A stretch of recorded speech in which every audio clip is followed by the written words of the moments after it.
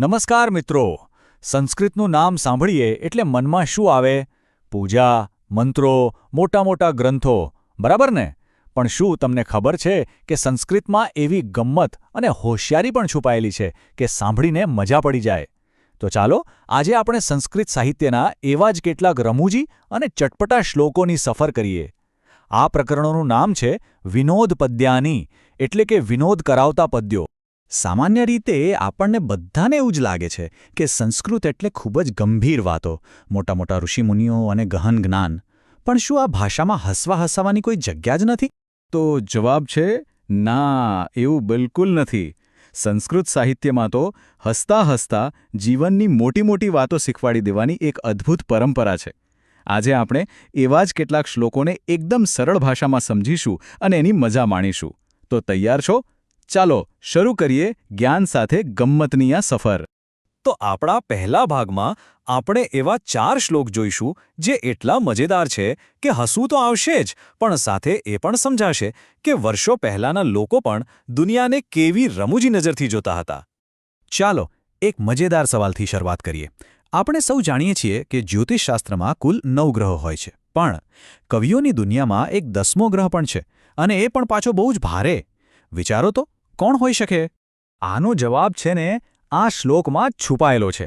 ધ્યાનથી સાંભળજો. સદા વક્રી સદા ક્રૂરઃ કન્યા રાશિ સ્થિતઃ સદા સદા પૂજામ અપેક્ષતે જામાતા 10મો ગ્રહ.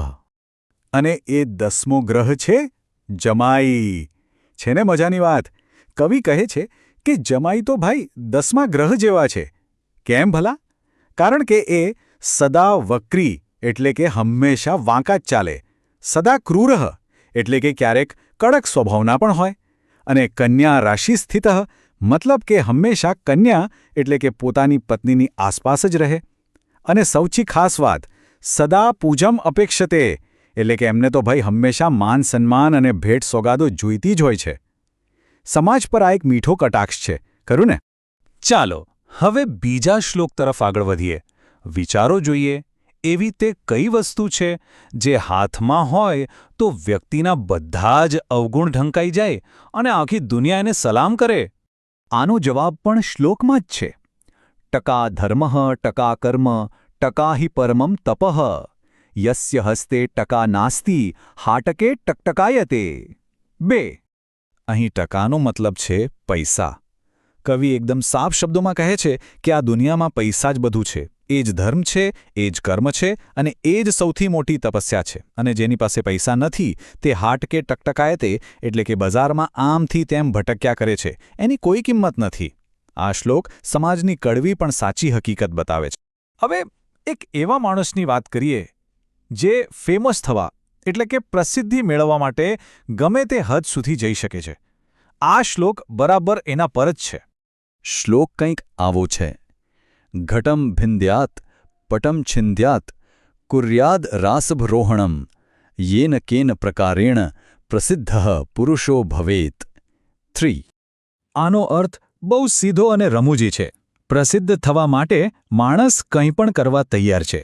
તે જાહેરમાં ઘટમ ભિંદ્યાત એટલે કે માટલું ફોડી નાખે, પટમ છિંદ્યાત એટલે કે પોતાના જ સારા કપડાં ફાડી નાખે, અને જરૂર પડે તો રાસભરોહણમ એટલે કે ગધેડા પર પણ સવારી કરી લે. બસ ગમે તેમ કરીને લોકોનું ધ્યાન ખેંચવું છે.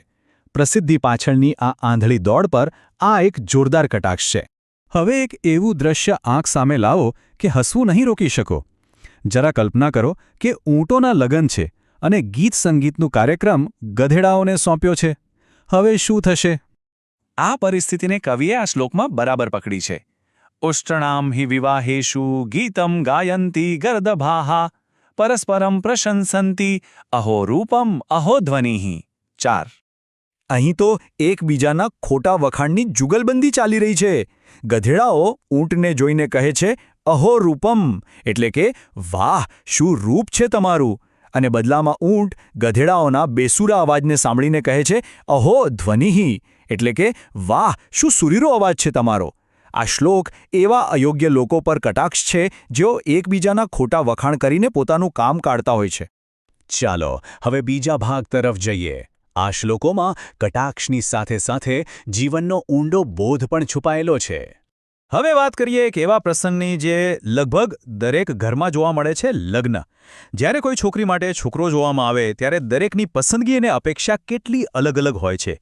કોને શું જોઈએ છે, ચાલો જોઈએ. આ શ્લોક આખી વાતને એક જ વારમાં સમજાવી દે છે. કન્યા વરયતે રૂપમ માતા વિત્તમ પિતા શ્રુતમ બાંધવાહ કુલમ ઇચ્છન્તિ મિષ્ટાન્નમ ઇતરે જનાહ. 5. આ શ્લોક એકદમ સ્પષ્ટ ચિત્ર રજૂ કરે છે. કન્યાને વરનું રૂપ ગમવું જોઈએ, માતા જુએ છે કે છોકરો પૈસાદાર છે કે નહીં, પિતા તેના શ્રુતમ એટલે કે ભણતર અને જ્ઞાનને મહત્વ આપે છે, સગા સંબંધીઓ સારા ખાનદાન કે કુળની અપેક્ષા રાખે છે, અને બાકીના જે મહેમાનો છે ઇતરે જનાહ, એમને તો બસ મિષ્ટાન્નમ એટલે કે સારા ભોજન અને મીઠાઈમાં જ રસોઈ છે. જુઓ, એક જ પ્રસંગમાં કેટલા જુદા જુદા દૃષ્ટિકોણો. હવે એક એવો શ્લોક જેમાં થોડું ડાર્ક હ્યુમર છે. આ એક કોયડા જેવું છે. એવું કોણ છે જે યમરાજનું કામ પણ કરે અને સાથે સાથે આપણો ખિસ્સો પણ ખાલી કરી દે? આ શ્લોકમાં બહુ જ તીખો કટાક્ષ છે. સાંભળો. વૈદ્યરાજ નમસ્તુભ્યમ યમરાજ સહોદરા યમઃ તુ હરતિ પ્રાણાન વૈદ્ય પ્રાણાન ધનાની ચ. છઃ. અહીં કવિ વૈદ્યરાજ એટલે કે ડૉક્ટરને કહે છે, હે યમરાજના ભાઈ, તમને મારા નમસ્કાર. આવું કેમ કહ્યું? કારણ કે યમરાજ તો માત્ર વ્યક્તિના પ્રાણ જ હરે છે, જ્યારે વૈદ્યરાજ તો પ્રાણની સાથે સાથે ધનાની ચ એટલે કે પૈસા પણ લઈ લે છે. આ એ સમયના લોભી ડૉક્ટરો પર કરેલો એક જબરદસ્ત વ્યંગ છે. તો આ બધા મજેદાર અને ધારદાર શ્લોકોમાંથી આપણને શું શીખવા મળ્યું? ચાલો આખી ચર્ચાનો સારાંશ જોઈ લઈએ. આ શ્લોકો આપણને મુખ્યત્વે 4 વસ્તુઓ શીખવે છે. પહેલું, વ્યવહારુ જ્ઞાન, જેમ કે પૈસાનું શું મહત્વ છે. બીજું, સામાજિક કટાક્ષ, જેમ કે જમાઈને 10મો ગ્રહ કહીને સમાજની રીતભાત પર મજાક કરી. ત્રીજું, માનવ સ્વભાવ, કે માણસ પ્રસિદ્ધિ અને વખાણનો કેટલો ભૂખ્યો હોય છે. અને ચોથું, શબ્દોની રમત, કે કેવી રીતે ઓછા શબ્દોમાં ઊંડી અને રમૂજી વાત કહી શકાય છે. અને હવે અંતમાં એક સવાલ. આ શ્લોકો ભલે હજારો વર્ષો જૂના હોય, પણ તેમાં જેવી હોશિયારી અને કટાક્ષ છે તેવું આજે આપણને ક્યાં જોવા મળે છે? શું સ્ટેન્ડ-અપ કોમેડીમાં? સોશિયલ મીડિયા પર બનતા મીમ્સ અને રીલ્સમાં? કે પછી છાપામાં આવતા કાર્ટૂનમાં? વિચારજો, ભાષા ભલે જૂની હોય, પણ માણસ અને સમાજની વાતો આજે પણ એટલી જ સાચી છે.